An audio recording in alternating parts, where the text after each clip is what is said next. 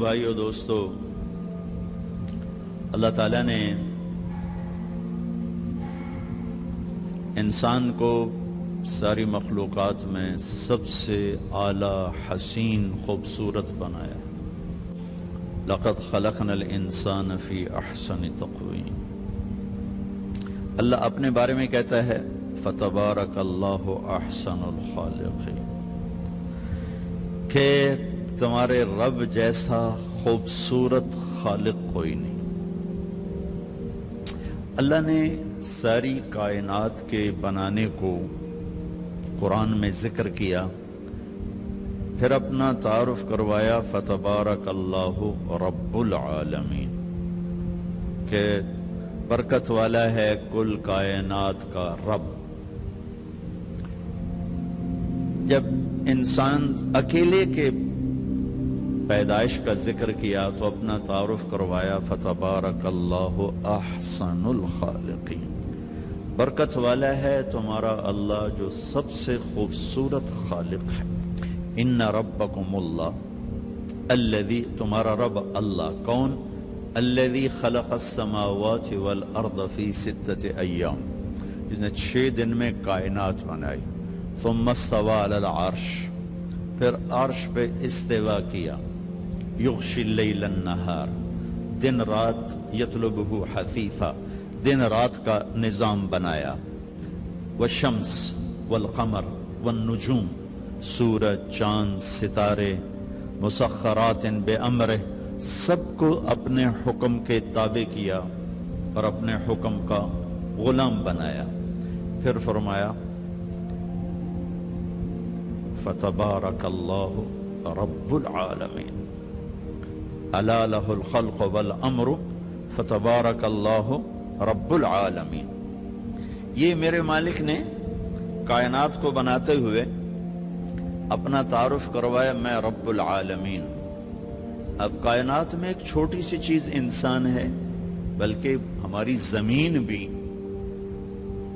دیکھنے کے مقام پر نہیں، اگر ہم بہت اوپر چلے جائیں تو زمین نظر ہی نہیں آتی، بلکہ پورا سولر سسٹم ہی نظر نہیں آتا جو 7.5 ارب میل میں پھیلا ہوا ہے، تو اس میں انسان تو ایک نقطہ بھی نہیں ہے۔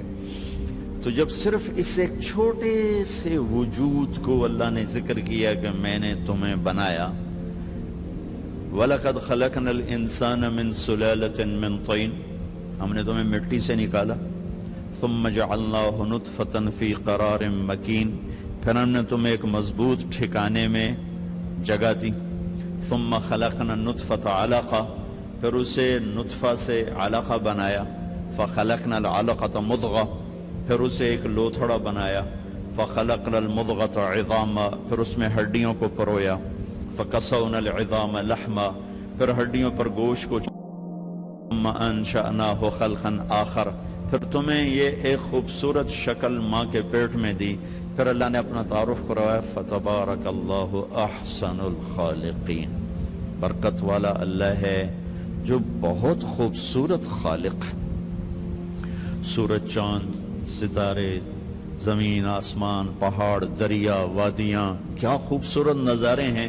وہاں نہیں کہا احسن الخالقین کہ میں بہت خوبصورت بنانے والا ہوں۔ صرف یہ انسان 5 فٹ 6 فٹ اس کو کہتا ہے، اس کو بنانے کے بعد کہتا ہے کیا کہنے تیرے بنانے والے کے جو سب سے خوبصورت بنانے والا ہے، الخالق۔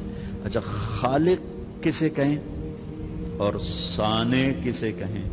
صانع انسان کو بھی کہہ سکتے ہیں اور مجازن خالق انسان کو بھی کہہ سکتے ہیں، لیکن خالق اپنے اصل مطلب میں صرف اللہ پہ صادق آتا ہے اور کسی پہ نہیں۔ صانع وہ ہے جو میٹیریل سے چیز بنائے۔ ایک کپڑا ہے، دھاگے سے بنایا گیا، صانع ہے۔ دھاگے کو کاٹن سے بنایا گیا، صانع ہے۔ کاٹن کو بیج سے بنایا گیا، صانع ہے۔ خالق کسے کہیں؟ جو بغیر میٹیریل کے سب کچھ بنا دے، اس کو خالق کہتے۔ پانی کے بغیر پانی بنانے والے کو خالق کہتے۔ پانی کا قطرہ نہ تھا، سمندر بنا دیا۔ ہوا کا جھونکا نہ تھا، 500 میل کا غلاف بنا دیا۔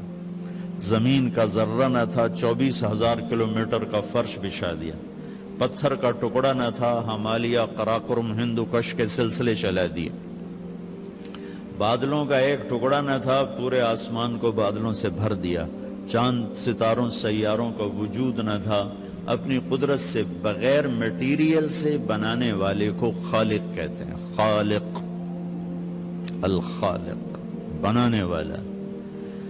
ہاں تو اللہ تعالیٰ لقد خلقنا الانسان فی احسن تقویم، کہ ہم نے، تم کچھ نہ تھے، تمہارا کوئی میٹیریل موجود نہ تھا جس سے ہم نے تمہیں بنایا، تو ہم نے تمہیں سب سے خوبصورت بنایا ہے، اور پھر تمہیں سب سے بدصورت بنایا ہے۔ اس مضمون کو بیان کرنے کے لیے اللہ نے 4 قسمیں اٹھائیں، 4 قسمیں، 2 غذاؤں کی ہیں اور 2 روحانی مقامات کی ہیں، 2 کا تعلق جسم کے ساتھ ہے اور 2 کا تعلق روح کے ساتھ ہے۔ جسم پہلے بنتا ہے تو اس کی غذا کی قسم پہلے اٹھائی، روح بعد میں بنتی ہے تو اس کی غذا کی قسم بعد میں اٹھائی۔ یہ 4 قسمیں، 2 تاکیدیں، لام اور قاف، لقد، لام اور قد، لقد، 4 قسمیں، 2 تاکیدیں تو اس لیے اٹھائیں کہ اللہ تعالیٰ کی مخلوق میں بے شمار لوگ ایسے ہیں جو کہتے ہیں کہ کائنات بھی خود بخود بنی ہے اور انسان بھی خود بخود بنا ہے، اس کا کچھ کہتے ہیں کوئی اینڈ نہیں، ایسے ہی چلتی رہے گی، کچھ کہتے ہیں بس ایسی بغیر کسی نتیجے کے ختم ہو جائے گی۔ یہ ہر دور میں تھے، آج بھی ہیں، آئندہ بھی رہیں گے۔ اس نظریے کو ڈارون نے بہت طاقت سے پیش کیا، اس کے ماننے والے بھی بے شمار پیدا ہو گئے۔ تو اللہ تعالیٰ نے 4 قسمیں اٹھا کر کہا کہ تم خود بخود نہیں بنے، بنائے گئے ہو۔ ہمارے شاعر اقبال رحمۃ اللہ علیہ، میں کہا ہمارے ان بچوں کو پتہ بھی نہیں ہوگا اقبال کون ہے۔ 96 میں میں انڈونیشیا گیا تو اس وقت وہاں عبوری حکومت تھی، اس کے صدر تھے جنرل حبیبی۔ ان سے ہمارے ساتھیوں کی ملاقات ہوئی تو وہ کہنے لگے کہ ہم نے اپنے ملک میں جو تحریک آزادی چلائی اس کی بیس 2 باتیں بنائیں، ایک آپ کے اقبال کی شاعری، اس کو ٹرانسلیٹ کروایا اپنی زبان میں، اور ایک آپ کے لیڈر محمد علی جناح رحمت اللہ علیہما کی ایک تقاریر، ان کو ہم نے اپنی زبان میں ٹرانسلیٹ کروا کر اپنے نوجوانوں کو بیان کر کے ہم نے ابھارا۔ میں کہا ہمارے نوجوانوں کو پتہ ہی کوئی نہیں اقبال کون ہے، محمد علی جناح کون ہے، وہ تو بس پیسہ ہی چاہیے، بس بڑا ڈاکٹر وہ ہے جس کا کلینک بڑا ہو، جس کا ہاسپٹل چل جائے، جو زاہد کی طرح پرنسپل بن جائے، وہ بڑا ڈاکٹر ہے، جس کی نہ چلے وہ چھوٹا ڈاکٹر ہے، جس کی پریکٹس نہ چلے وہ چھوٹا ڈاکٹر ہے، جس کی چل جائے وہ بڑا ڈاکٹر ہے۔ ہمارے شاعر اقبال نے کہا ہیچ چیزے خود بخود چیزے نشد، ہیچ آہن خنجرے تیغے نشد، ہیچ حلوہ ای نشد استاز کار، تا غلام شکر ریزے نشد، مولوی ہرگز نشد مولا روم، تا غلام شمس تبریزے نشد۔ کیا خوبصورت! اب تو ہمارے یہاں فارسی سمجھی نہیں جاتی، ہمارے اب مدارس میں بھی نہیں پڑھائی جاتی۔ آج سے 50 سال پہلے فارسی بہت زیادہ لکھی پڑھی جاتی تھی۔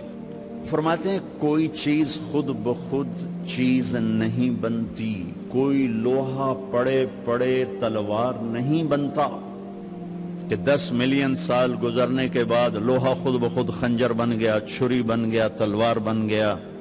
کوئی آتا ہے جو اسے ڈھالتا ہے، پگھلاتا ہے اور بناتا ہے۔ پیدائشی طور پر کوئی ڈاکٹر نہیں ہوتا، وہ سیکھتا ہے تو ڈاکٹر بنتا ہے۔ پیدائشی طور پر کوئی حلوائی نہیں ہوتا، وہ سیکھتا ہے تو لڈو بنانا جانتا ہے۔ اور مولوی روم، مولانا روم نہ بنتا کبھی بھی اگر شمس تبریز کے ہاتھوں میں ہاتھ نہ دیتا۔ مجھے اس شعر کا بڑا مزہ آ رہا ہے کہ میں ابھی ترکی سے آ رہا ہوں، ترکی انگلینڈ ہماری جماعت گئی تھی، تو میں قونیہ گیا، وہاں ہماری تشکیل نہیں تھی، لیکن میں نے کہا وہاں مولانا روم کے دربار پہ حاضری دینی، تو وہاں سے 900 کلومیٹر دور تھا، تو ہم فلائٹ لے کر گئے۔ میں حیران، دنیا میں پہلا مزار دیکھا جہاں ٹکٹ لگا ہوا تھا، 20 لیرہ، 20 لیرہ کا مطلب کوئی 900 روپیہ، 45 روپے کا لیرہ تھا بھی جب ہم گئے۔ تو دنیا کا واحد دربار دیکھا، مزار دیکھا جہاں ٹکٹ لگا ہوا تھا، اتنے لوگ آتے ہیں، اور حیرت کی بات ہے کہ غیر مسلم زیادہ تھے، مسلمان کم تھے، عورتیں مرد، اور وہاں کھڑے ہوتے ہیں، باقاعدہ ان کی ڈیوٹی ہے کہ وہ، چونکہ ہمارے مغرب کی عورتیں ہوتی ہیں بیچاری، بہت مختصر لباس ہوتا ہے، تو ان کو وہ دیتی ہیں پورا عبایا دیتے ہیں، وہ عبایا پہن کے جاتی ہیں، سر سکارف پہن کے جاتی ہیں، پھر دوسری طرف سے نکلتی ہیں تو اتار کے ان کے حوالے کر دیتی ہیں۔ تو انہوں نے، ترکی والوں نے اچھی خاصی کمائی بنائی ہوئی ہے۔ تو وہاں حاضری ہوئی تو مجھے یہ شعر یاد، شمس تبریز بھی ساتھ ہی، ان کی قبر ساتھ ہے، وہاں بھی ہمیں لے گئے۔ مولانا روم بڑے علم والے تھے، لیکن وہ خشک علم تھا جس میں کوئی معرفت کی چاشنی نہیں تھی، سوز و ساز نہیں تھا، سوز و گداز نہیں تھا، عشق و محبت نہیں تھی، خالی قیل و قال تھا۔ جیسے آج قیل و قال نے ہمیں توڑ کے رکھ دیا، مسجد سے بھی نفرت کی وہ ہوا چلی کہ فرقہ واریت کی آگ ایسی بھڑکی کہ روزانہ لاشیں گر رہے ہیں، نہ مارنے والے کو پتا ہے میں کیا کر رہا ہوں، نہ مرنے والے کو پتا ہے مجھے کیوں مارا جا رہا ہے، اور اس کے پیچھے ممبر پر بیٹھنے والے کو اللہ کا نہیں پتا، اس کے اللہ کا رسول کا نہیں پتا، اس نے، اور خاص طور میرے بر صغیر میں اتنی نفرت ہے کہ ایک دوسرے کو سلام بھی نہیں کرتے، مصافحہ بھی نہیں کرتے، ایک دوسرے کے پیچھے نماز بھی نہیں پڑھتے، انتہا ہو گئی ہے نفرت کی۔ تو مولانا روم بھی کچھ ایسے ہی تھے، مطلب ایسے سے مراد یہ نہیں کوئی فرقہ واریت والے تھے، سر منطق فلسفہ کے بادشاہ تھے۔ تو مسجد میں حوض کے کنارے بیٹھے ہوئے درس دے رہے تھے، اور ان کی کتابوں کا ڈھیر، کلمی کتابیں وہ سامنے رکھا ہوا تھا۔ تو شمس تبریز آ گئے ننگے پاؤں، دیہاتی شکل، لگتا تھا یہ تو کوئی ان پڑھ جٹ آدمی۔ تو آ کر انہوں نے بڑے بھول پن سے کہا، مولوی صاحب این چیست، یہ کیا ہے؟ تو مولانا روم نے یوں دیکھا تو بڑے تکبر سے کہا، این است کہ تو نمی دانی، بھائی یہ وہ ہے جو تو نہیں جانتا، تو چٹا ان پڑھ، میں تجھے کیا بتاؤں یہ کیا ہے۔ وہ ایک دم آگے بڑھے، وہ کتابوں کو جو یوں دھکا دیا وہ ساری حوض میں جا گری۔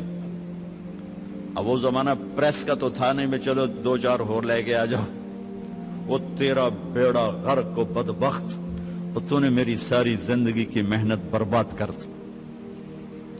تو شمس تبریز مسکرائے اور حوض میں اترے، اور یوں ساری کتابیں خشک نکال کے باہر رکھ دی، ایک کاغذ نہیں بھیگا ہوا۔ یہ کرامات اولیاء ہے۔ مولانا روم، این چیست، یہ کیا ہے؟ تو انہوں نے مسکرا کے کہا، این است کہ تو نمی دانی، یہ وہ ہے جو تو نہیں جانتا۔ بس پھر مولوی روم مولانا روم بن گئے، انہیں فلسفے بھی بھول گئے۔ اس کو ہمارے شاعر خواجہ غلام فرید رحمت اللہ علیہ نے کہا ہے، سکھری تروش منصوری نو، ہن ٹھپ رکھ کنز قدوری نو، ہادی نہ سمجھ ہدایہ، کافی نہ سمجھ کفایہ، کر پرز شرع وقایا، ایو دل قرآن کتابے۔ یہ ہماری زبان کی شاعری ہے سرائکی کی۔ مزدار قصہ تھا، آپ کو سنا دیا۔ کوئی چیز خود نہیں، تو اللہ تعالیٰ نے 4 قسمیں، 2 تاکیدیں کہ نہیں، میں نے ہی تمہیں بنایا ہے، تم خود بخود نہیں بنے۔ ام خلقوا من غیر شیء، ایک اور آیت، کیا تم خود بخود بنے ہو؟ ام ہم الخالقون، کیا تم اپنی ذات کے بنانے والے خود ہو؟ نہیں، تمہارا بنانے والا وہو الخلاق العلیم، تیرا بنانے والا ایک زبردست خالق ہے۔ آس بن وائل آیا، اس کے ہاتھ میں ایک ہڈی تھی ایسی پرانی، اس نے یہاں رکھی اور ایسے مسلا اس کو، وہ ساری چورا چورا ہو گئی۔ اللہ کے نبی کے سامنے پھر پھونک ماری، وہ ساری ہوا میں اڑ گئی. کہنے لگا محمد تیرا رب اسے زندہ کرے گا؟ کیا تیرا رب اسے زندہ کرے گا؟ یہ تو ریت بن کے اڑ گئی. جبریل آ گئے فوراً کہ یا حبیب اللہ، یا رسول اللہ، میرے رب کا پیغام سنا دیں، پیغام سنا دیں. اولم یر الانسان انا خلقناہ من نطفۃ فاذا هو خصیم مبین. دیکھو دیکھو جس کو میں نے گندے پانی سے بنایا آج مجھ سے مناظرے کرتا ہے، مجھ سے مناظرے کرتا ہے. وضرب لنا مثلا ونسی خلقہ، اور مجھے مثالیں دیتا ہے کہ اسے کون زندہ کرے گا، اور اپنی پیدائش بھول گیا.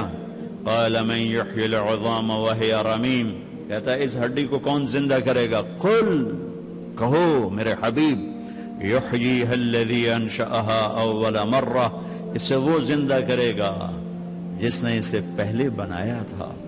وہو بکل خلق علیم، اس کو پتہ ہے میری مخلوق کہاں. میرے رب کا علم تو دیکھو. کتنے انسان چورا چورا ہو گئے اور کتنے ہم چورا چورا ہونے والے ہیں. کتنوں کو زمین کی جنبش نے، گردش نے، کروٹ نے قبر سے نکالا اور ان کی ہڈیوں کی ریت کو فضا میں بکھیر دیا. کتنے پانیوں میں بہہ گئے، جانوروں نے پھاڑ دیا، آگ میں جل گئے، قبروں میں رل گئے، اور ایک قبر میں 100 اکٹھے ڈال دیے گئے. اور پھر آ رہے ہیں آخری انسان تک چورا چورا ہو کے بکھر گئے. 7 چوپائے، 7 پرندے، 7 مچھلیاں، 7 جانور، ساری کائنات کی زندہ چیزیں سب کٹھی ہیں، اور ایک رب کا حکم ہوگا فَإِذَا هُم مِّنَ الْأَجْدَاثِ إِلَىٰ رَبِّهِمْ يَنْسِلُونَ.